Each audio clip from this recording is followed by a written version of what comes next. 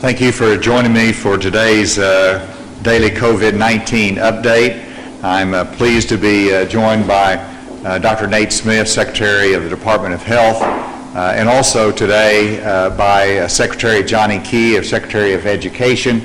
And as I indicated, we will be talking about education a little bit later in our presentation today. I first want to acknowledge Vulcan Sports out of Hot Springs, which the parent company is Tanner Sports, and they were good enough to send us these black masks we're grateful for, and it says 100 daily COVID updates. And the only purpose of that notation is that it has been 100 days of our time spent reporting to Arkansas on the pandemic, and asking for their support as we go through this incredible time in our history. And it is important to note some of these from time to time, and I think today is an important day when we realize how long this pandemic has been, to recognize the incredible work of our healthcare workers, our nurses, our doctors that are fighting every day to save lives in our medical clinics, in our hospitals, and we're just very proud of them. And you think about how long this has been going on, and so it's just a noteworthy day that we wanted to recognize and thank Vulcan Sports for sending us these set of masks.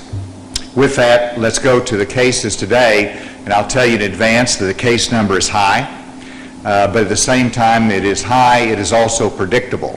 I told Dr. Smith that I expected, as we increased testing, that you're going to see the numbers go up today, and that's exactly what happened.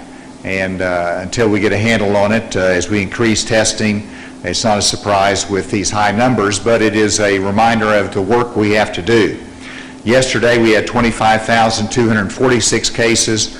Today we have an additional 806 new COVID cases, bringing us to 26,052 cases. We also have an additional number in hospitalizations. As you know, yesterday we declined in hospitalizations. Today we go up a significant number, 36 newly hospitalized. That brings it to 394. We have 4 additional deaths. That brings us to 309. If you look at the breakdown of the counties, here again,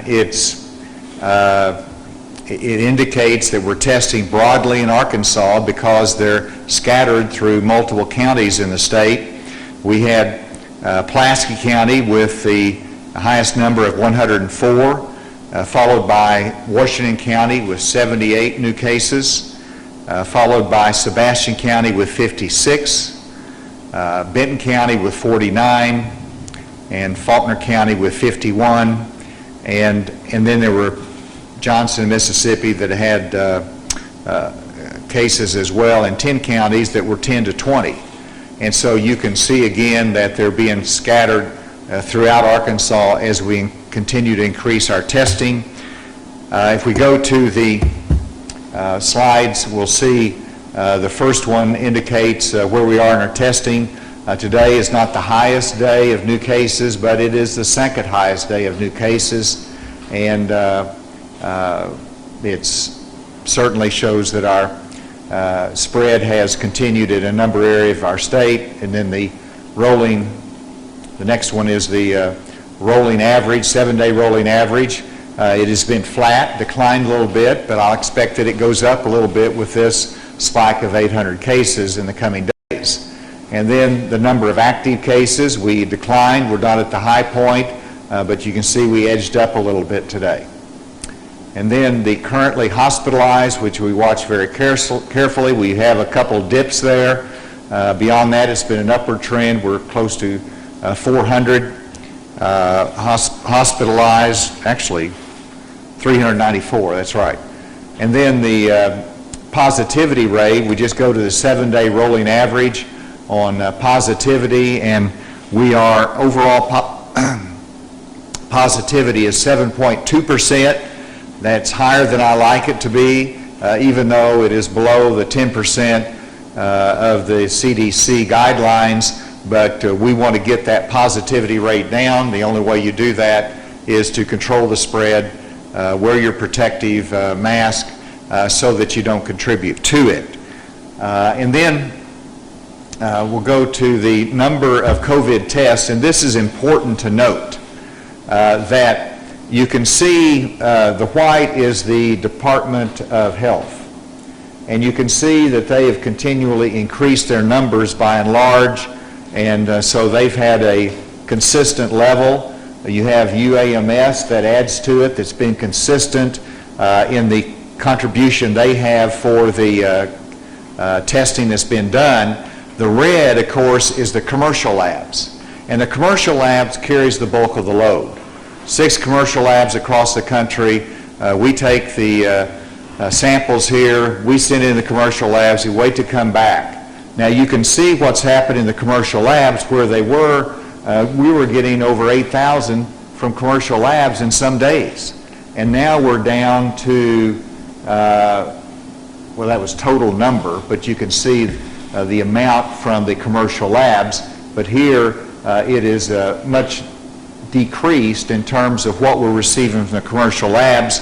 The reason for that is the backlog from all across the country that has slowed the turnaround time, and they're getting the results to us, and that is the reason we're not having some of the robust results that we would expect otherwise, and that would probably, if we had all of those, would have helped us in our positivity rate, and hopefully that will be a result as we move forward.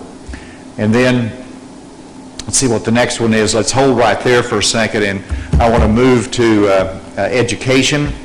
And I wanted to, as I have said before, indicate that we are going to be having school next year. And if you look to the next slide, you'll see the importance of this. We're going to be ready for learning. That's going to be flexible, practical, adaptable, inclusive, accessible. And I love the quote from the American Academy of Pediatrics that says, all policy considerations for the coming school year should start with a goal of having students physically present in school. And so when we start school, we want them to be physically present, but then the district must also be prepared to shift to other instructional delivery methods should the need arise. And of course that means when there's a positive case or whenever you have to take more restrictive measures and you need to go to some level of online instruction or provide that for an option, that's where the blended learning environment comes in and the flexibility for our local school districts. And I do have, if you go to the next slide, I will get to that in just a moment, but I wanted to make an announcement, and that is that after consultation with Secretary Key and his team, and after hearing from numerous educators and parents across the state of Arkansas, the 2020-21 school year start date, the start date will be moved forward from August 13 to start the week of August 24.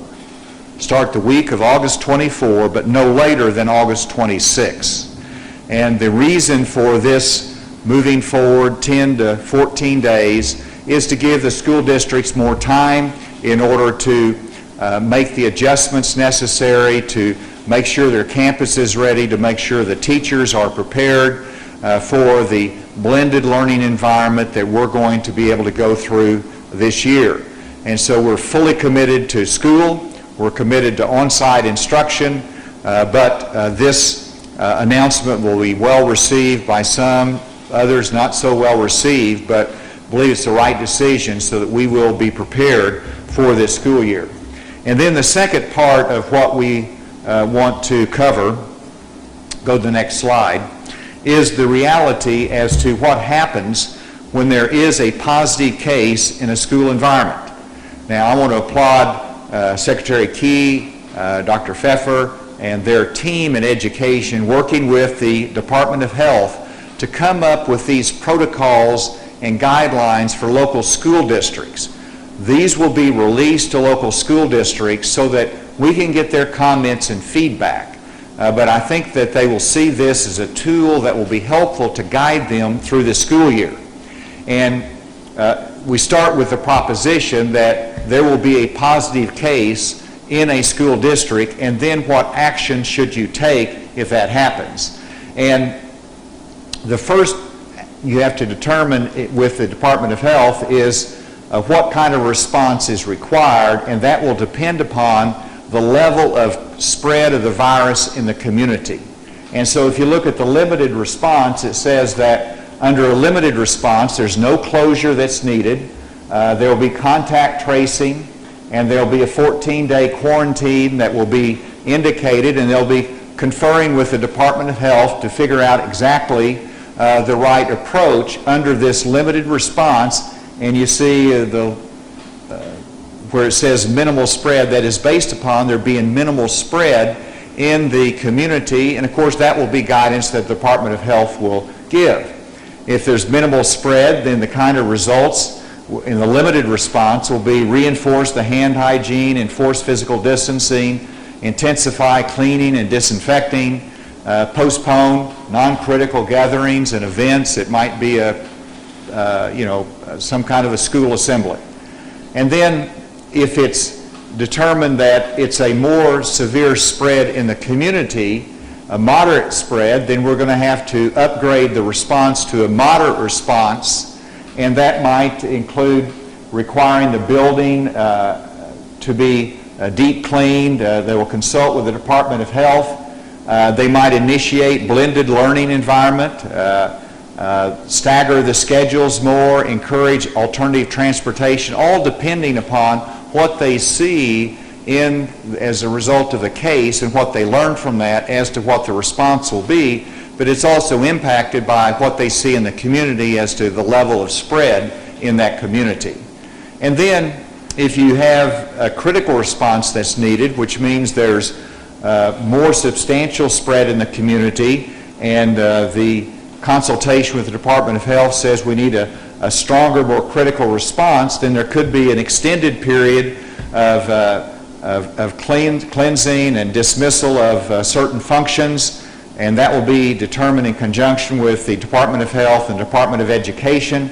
It might restrict on-site access. It might go solely to remote learning. It could postpone or cancel certain school events. And so we want to get feedback from the school districts on this, but I think this is a good guideline that has been set up that will help shape how we respond in the school districts when there is a positive case in the coming school year that we're committed to have. With that, Dr. Smith is going to come, and he's got some important information to cover and additional slide, and then I'll ask Secretary Key to come to elaborate a little bit more on this announcement today. Dr. Smith.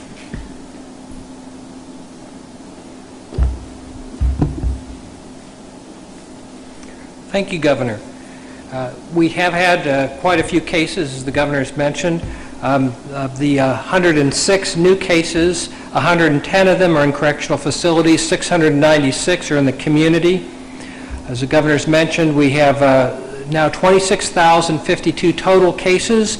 Of those, 5,751 are active cases, and of those active cases, 131 are in nursing homes, 444 are in correctional facilities, 5,176 are active cases in the community. As the Governor showed with the slide, we have had a significant bump up in the number of hospitalized. Currently, we have hospitalized 394. That's an increase of 36 from yesterday. We currently have 82 on a ventilator. That's an increase of 3 from yesterday. We've had 4 additional deaths for a total of 309. We have had 596 recover since yesterday, so that brings our total recovered to 19,992. So almost 20,000 have recovered from COVID-19 in our state. The Governor mentioned the top counties, and he's also pointed out that we have really increase in cases in many counties now. So we really need to take efforts throughout the state. I know we have focused our efforts quite a bit on the northwest part of the state, and then also I've drawn our attention to the central region of the state, but we need to be careful in all parts of the state. The governor mentioned that we have increased our testing. We did 4,734 tests yesterday. The public health lab did over 1,156, and UAMS did 495. We have not yet gotten back up where we would like to be with the commercial labs, and commercial labs include the commercial labs that you send off to, but also we separate out UAMS because they've done pretty high volume for the longest time, but the other hospitals that do testing in their labs, we include those with the commercial labs. That's obviously a very different setup there, but they are also having challenges with regard to reagents for their platforms. The last thing I wanted to go over is this slide. We have talked earlier this week about regions, looking at our cases by regions, and then yesterday by counties. This actually breaks down our top 10 cities. We've talked a lot about how people want to see, what's going on in my city. These are not all the cities, but these are the top 10 in terms of the number of active cases, not cumulative cases, but active cases in the community. And currently, at the top of the list is Springdale, with 641 active cases in the community. Little Rock is next with 414, Rogers at 256. It goes down from there: Fort Smith, Conway, Fayetteville, Texarkana, Russellville, Danville, and Bentonville. And that's that dark orange line shows you the total number of active cases in the community. We also have this pale pink line that shows the active cases in the community per 10,000 population. And that also gives us an additional piece of information. So even though Springdale is at the top of the list in terms of the number of total active cases in the community, it's really Danville, down at number 9, that has the most number of cases per population. And what that tells us is those are the chances that if you're out and about in your community, what are the chances you're going to encounter someone who has an active case? And you can see Danville is the highest there, then Springdale, then we have a number down sort of neck and neck on those. Little Rock, although it's the second highest in terms of total active cases in the community, it's a little towards the bottom in terms of active cases in the community per 10,000 population. But these are other ways of looking at this information, and hopefully, especially those living in those cities, take some extra precautions if you're not already doing so. And with that, I'd like to go ahead and turn it back over to the governor or to Secretary Keith. Thank you.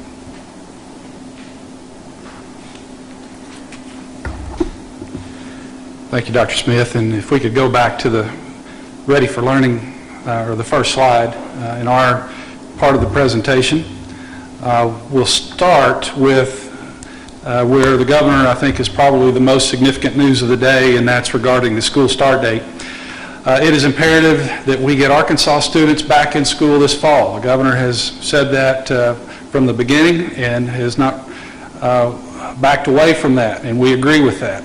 In order for that to be successful, however, it is equally imperative that the adults in the schools are fully prepared to meet the needs of students.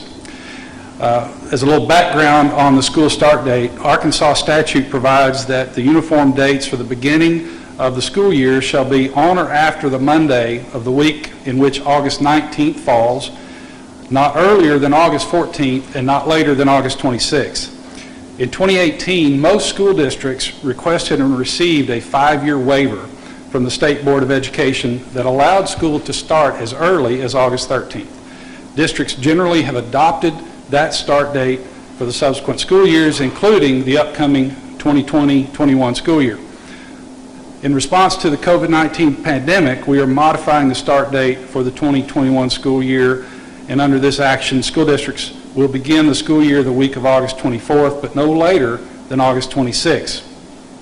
We will also ask the State Board of Education to rescind the broad waiver that was granted that allows districts to start on August 13th. This decision is based on several factors. We are confident from our conversations that many districts will be ready to go on August 13th. However, recent feedback from educators, from administrators, from parents, and from legislators has indicated urgent but reasonable concerns about the readiness of some districts to return to instruction on that date. It is vital that when school starts, all districts are ready to meet the needs of all students. This modification of the start date is responsive to those concerns and will allow districts more time for collaborative conversations, planning, and preparation for their respective Ready for Learning committees, part of our Ready for Learning initiative that we announced a few weeks ago.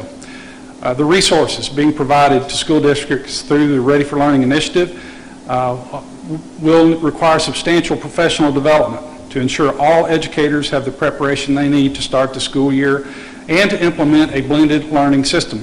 ADE will work with our Ready for Learning partner organizations to use this extra time to schedule and deliver the necessary training sessions. Due to supply chain issues, it is possible that some districts will also need extra time to secure sufficient PPE. Some districts have reported delays in delivery of technology that students will need for implementation of blended learning.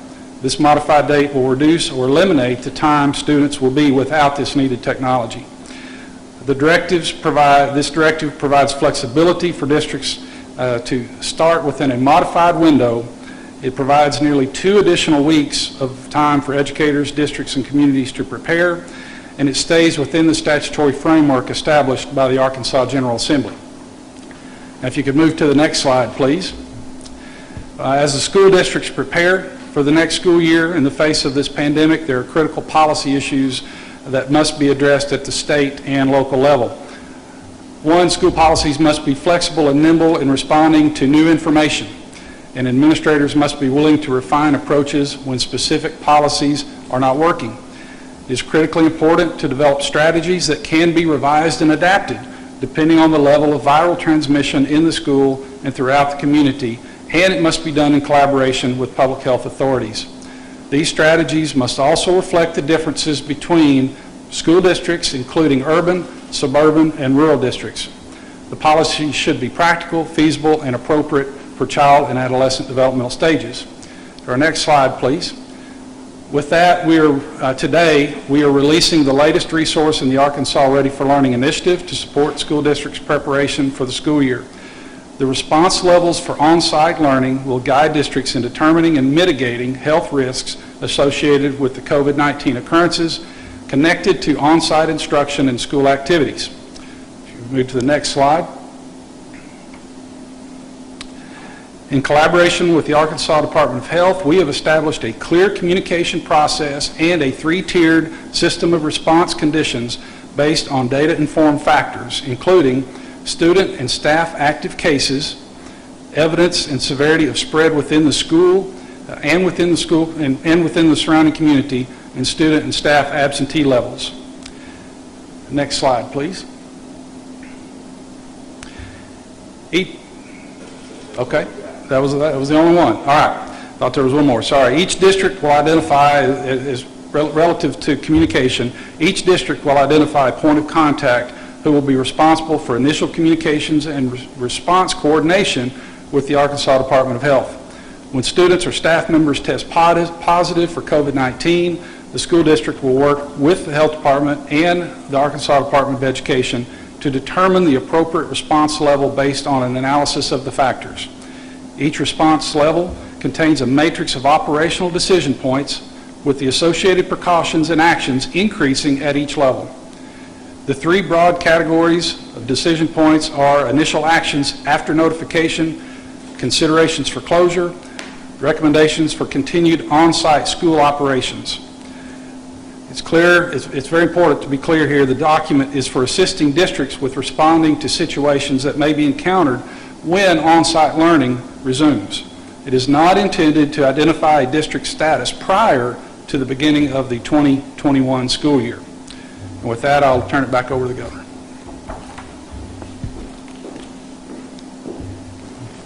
Thank you, Johnny. And with that, we'll take any questions.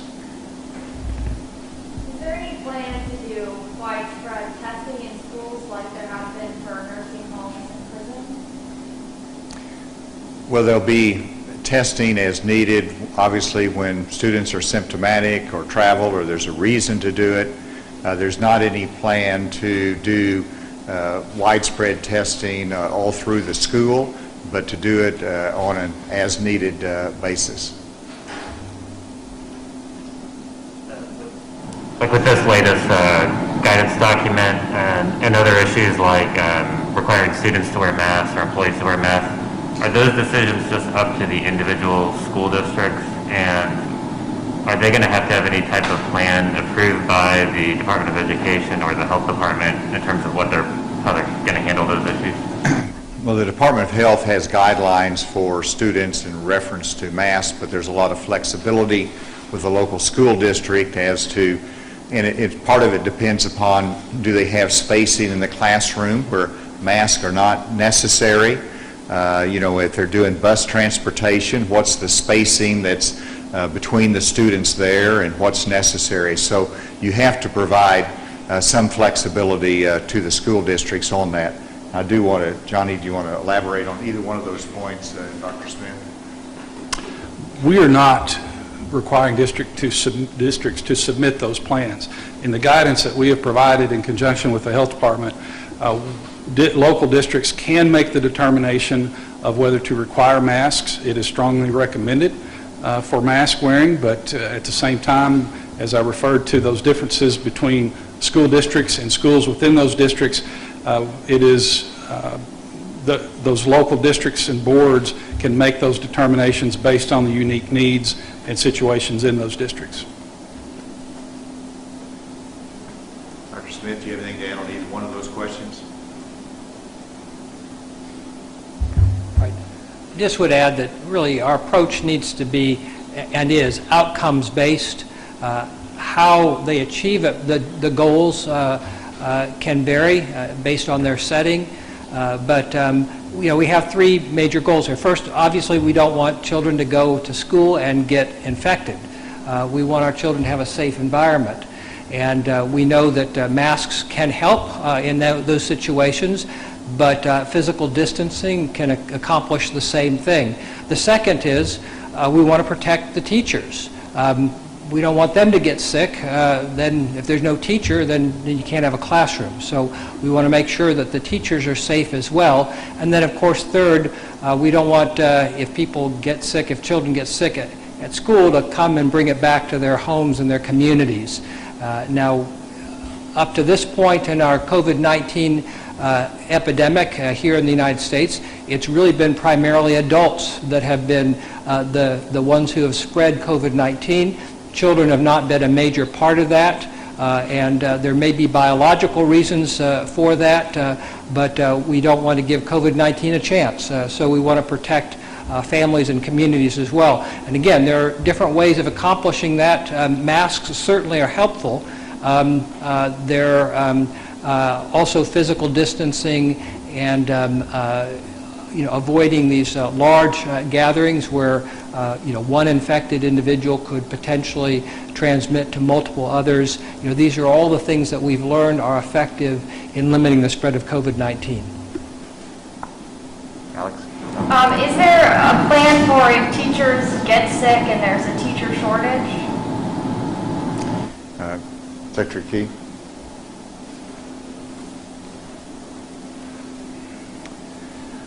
If you're asking if there is a statewide plan, there is not. Teacher illness, staff illness is something that is dealt with under local policies and is something that districts deal with on a regular basis. We are confident that if districts' local plans provide the type of safety precautions, then we will probably see positive cases in the school. But the hope is that they are mitigated through those health and safety precautions. And then districts will address those situations with their substitute teachers in the community. And it's very hard to organize a substitute teacher response from Little Rock. Those are best dealt with by the local administration. So it sounds like it's up to each school district how they want to set up the guidelines for in the classroom. Is that correct? Well, they has to be done in consultation with the Department of Health. You know, we set the initial guidelines and parameters, and the school develops their own plan consistent with that. And then what we presented today is the what-if circumstances, and what actions do they take if there is a positive case, and what's the circumstances. That, of course, requires coordination with the Department of Health and with the Department of Education. No, that's, Governor, exactly right on that. It's a matter of following those guidelines that the Health Department has already issued that are correct for the phase that we are in. And then the response, as I indicated in the response levels, they increase. The actions increase as the severity of that local spread or in-school or in-district spread changes. So we anticipate that some districts will have to respond and take extra precautions, but that won't be necessary until there is that coordination with the Health Department. Follow up? So I would just follow up by saying, because we've had a lot of people saying, like, their guidelines for sports were pretty strict with it being outside, and, you know, the sports were being, like, down to each last detail. But there's been a number of schools and programs around the state that have closed because of COVID-19. So people have been saying, well, what about with schools when it's going to be a lot more kids inside? I think is a concern for people opening up pretty soon, actually. So what would your response be to that? Well, I want to make sure I understand it, but if I think the point is that, you know, first you talked about the sports side and the specificity that we've given in terms of those guidelines. As we enter the school year, it's my hope that we'll be able to provide more clarity and that there will be some changes in the current restrictions so that the athletes can engage in sports in the fall. But right now it is more limited in the contact sports. Clearly, when you're talking about sports, I mean, they're doing summer baseball, some of the non-contact sports, tennis, golf, all of that, you know, can proceed with the limitations the Department of Health has given. In terms of the school environment, that's going to be different, and they've got to follow this model. Let's fine-tune it. Let's make sure that it works, but this provides a balance between the expertise in the Department of Health, the broad guidelines of the Department of Education and plan, with some flexibility to fit the local schools, and the response is flexible as well. They've got to make decisions on the ground in consultation with the Department of Health. Let's go remotely and see if there's a question. Yeah, Governor, this is Andrew with AP. Had a couple questions for you. First of all, on Little Rock School District, since they're under state control, wanted to see if you or Secretary Key could, I guess, explain the reasoning for not having a mask requirement for students there. You know, especially given the size of the district and constraints on social distancing there. And also, was just curious, the change in the date. Does this change the date that teachers need to report for the school year? Johnny, I'm going to let you take those. So as far as the Little Rock School District, Mr. Poore and his team are working to modify and to clarify a number of areas in that in Little Rock School District's plan to return. And I don't know that it's been a final determination about masks, but Mr. Poore is working on that and is keeping me apprised. But Andrew, could you repeat the second part of your question? I didn't catch all that. I appreciate that. The change in the start of the school year, does that change? What effect does that have on when teachers need to report? The impact that has is really in many ways centered around the contract days that they have. We're not changing the contract days. We are not changing the student contact days. In Arkansas, we have 178 student contact days. Most teachers have 190 days on their contract, so the school calendars in some cases may have to be adjusted, and we will work with the school districts as they need assistance with that process. We want to make sure that we have a full school year. and the attention to the student contact days and the teacher contract days are very important parts of that. Another question remotely. Secretary Key, this is Mike McNeil at MagnoliaReporter.com. Has any consideration been given to closing public schools between Thanksgiving and into the new year, as a lot of the colleges are doing? And secondly, do you have a projected date for the end of the 2021 school year? I could answer those, but I think Johnny could be more precise. To the first question, no, there has not been any consideration given to that. That is something that if a district and the situation in the district warrants such a move, then that can be guided by the response levels that we are issuing today. With respect to the end of school, the end of school varies from district to district based on their calendar. Some districts have different times built in for Thanksgiving, for Christmas vacation. Spring break is typically the one thing that is standard across all districts in the state. So the end of the school year is probably still going to be the end of May, first part of June. And that all depends on the types of adjustments, changes that have to be made to the calendar in each district.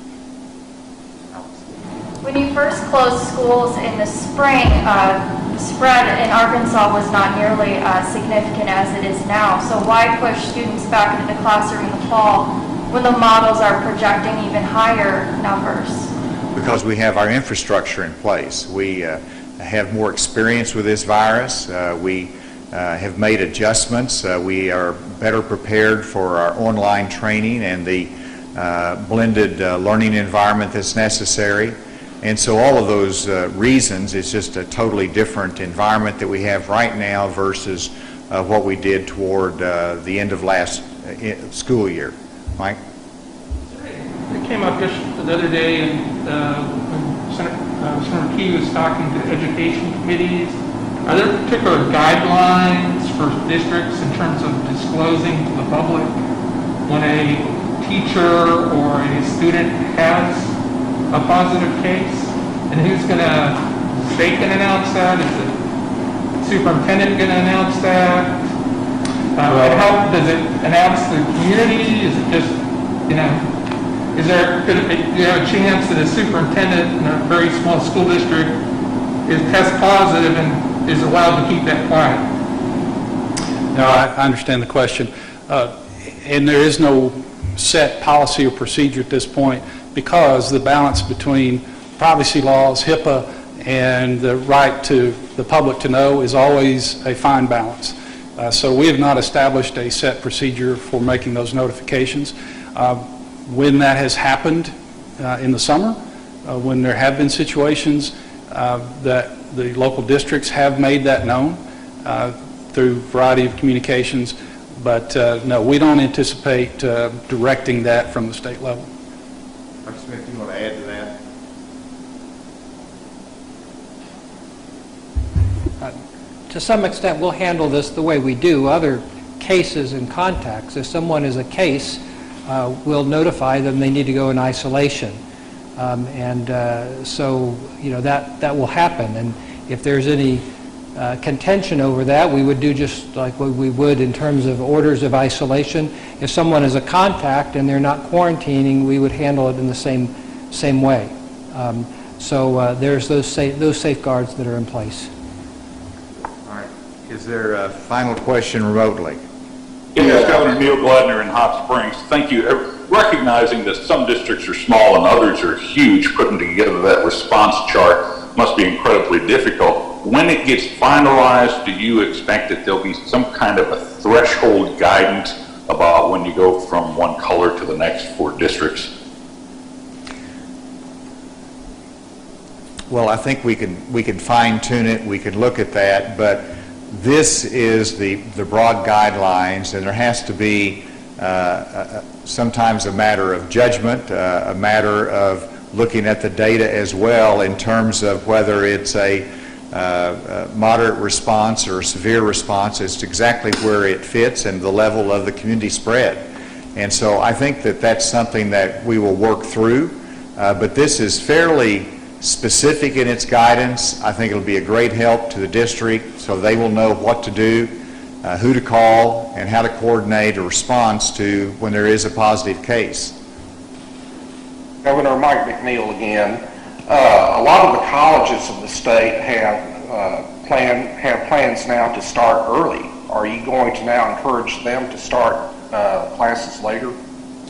No, the higher education has their independent role and decision-making process. So what we're talking about today is K through 12 education in Arkansas and our public school environment, and so this has no impact on them, and I don't expect to have be engaged in any directives or any additional guidance for them.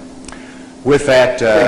Governor, one more from online here, if you don't mind. This is Joe Flaherty with the Democrat Gazette. And as you alluded to at the beginning of the briefing, we are now several months into this crisis. And I would like first Dr. Smith and then you to answer the same question, which is, what do you think has been the most significant misstep or mistake or failure of Arkansas's outbreak response thus far? I don't know that I could pinpoint a specific error that's been made. Obviously, we've learned through it. Some of the challenges that we faced are outside of our control, such as early on in the testing capacity, early on in the procurement of PPE. But I'm sure that history will look back at this and say, well, this could have been done better. We learned something from someone else that we should have applied, and so I think it's too early to start looking back and saying what was the missteps, what did we do right, what did we do wrong. There's going to be plenty of commissions that look at this after the fact, but we make the best judgment we can every day, looking at the data, looking at the public health guidance, and we'll continue to do that. Dr. Smith, do you have anything to add there?